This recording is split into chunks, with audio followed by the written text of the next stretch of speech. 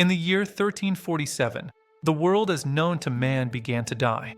It was not felled by an invading army or a catastrophic shift in climate, but by an unseen enemy, an organism so microscopic it traveled on the backs of the smallest creatures. The destroyer was Yersinia pestis, the plague bacterium. Its journey began in the arid steppes of Central Asia, carried west along the great arteries of commerce, the Silk Road. It arrived in Europe via the bustling ports of Sicily and Italy, carried by the rats who rode unknowingly on the merchant ships, and spread by the fleas, specifically Xenopsylla cheopis, who fed upon them. The medieval world was utterly unprepared for the speed and ferocity of this sickness. Within 4 years, from 1347 to 1351, the so-called Black Death would claim an estimated 30 to 60% of Europe's population. In cold, stark numbers, this meant the agonizing loss of around 25 million people across the continent. Globally, the toll reached a devastating 75 to 200 million. Entire villages were emptied. Cities became charnel houses. The overwhelming psychological impact was immediate and profound. If the prayers of the priests and the authority of the kings could not stop this horror, then perhaps the very structure of God's order on earth had failed. People turned to flagellation, to scapegoating, and ultimately to despair. It was the end of a world. But out of this profound tragedy, an unintended revolution was born. The conventional history of the Black Death ends with the death toll. But the real history, the history that shapes the modern world, begins with the survivors. Feudalism was an immobile social and economic contract. Land ownership by the nobility in exchange for the perpetual service of the serf, who was effectively tied to that land. This entire rigid system relied on one crucial factor: a large, expendable labor force. When the plague culled over a third of the workforce, the dynamic instantly inverted. Suddenly, the land, which was plentiful, was worth little. The labor, which was scarce, was now immensely valuable.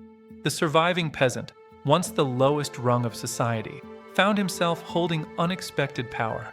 Lords and great landowners, desperate to harvest crops and tend their fields, were forced to compete with one another for hands. This competition drove wages sky high. In many trades, the income of a common laborer rose by 300% or more.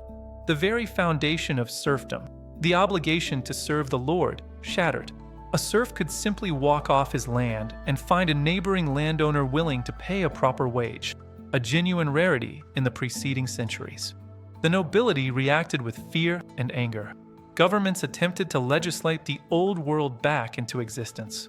In England, the Statute of Labourers of 1351 was an explicit attempt to cap wages at pre-plague levels and forbid laborers from moving. It was a spectacular failure. The economic reality, supply and demand, was a force stronger than any royal decree. This fundamental shift in economic power led directly to widespread unrest, culminating in events like the English Peasants' Revolt of 1381. The plague's greatest political achievement was not destruction, but redistribution. The lowly Flea had inadvertently engineered the most massive and rapid transfer of wealth and power from the aristocracy to the common working man in European history. The newfound economic freedom of the survivors paved the way for a radical intellectual shift. The collective trauma of the plague shattered the medieval, God-centric worldview. If God could allow such indiscriminate suffering, and if the Church could offer no real protection, the focus began to shift from the divine afterlife to the material present. The constant awareness of death, memento mori, paradoxically fueled a philosophy of living now, carpe diem. This change manifested in a new cultural movement, humanism. The newly enriched merchant and artisan classes, those who benefited most from the collapse of the old order, possessed accumulated capital. No longer was patronage of the arts the sole domain of the church and the king. These new patrons, particularly in the thriving Italian city-states like Florence and Venice, commissioned works that glorified human achievement, capability, and beauty.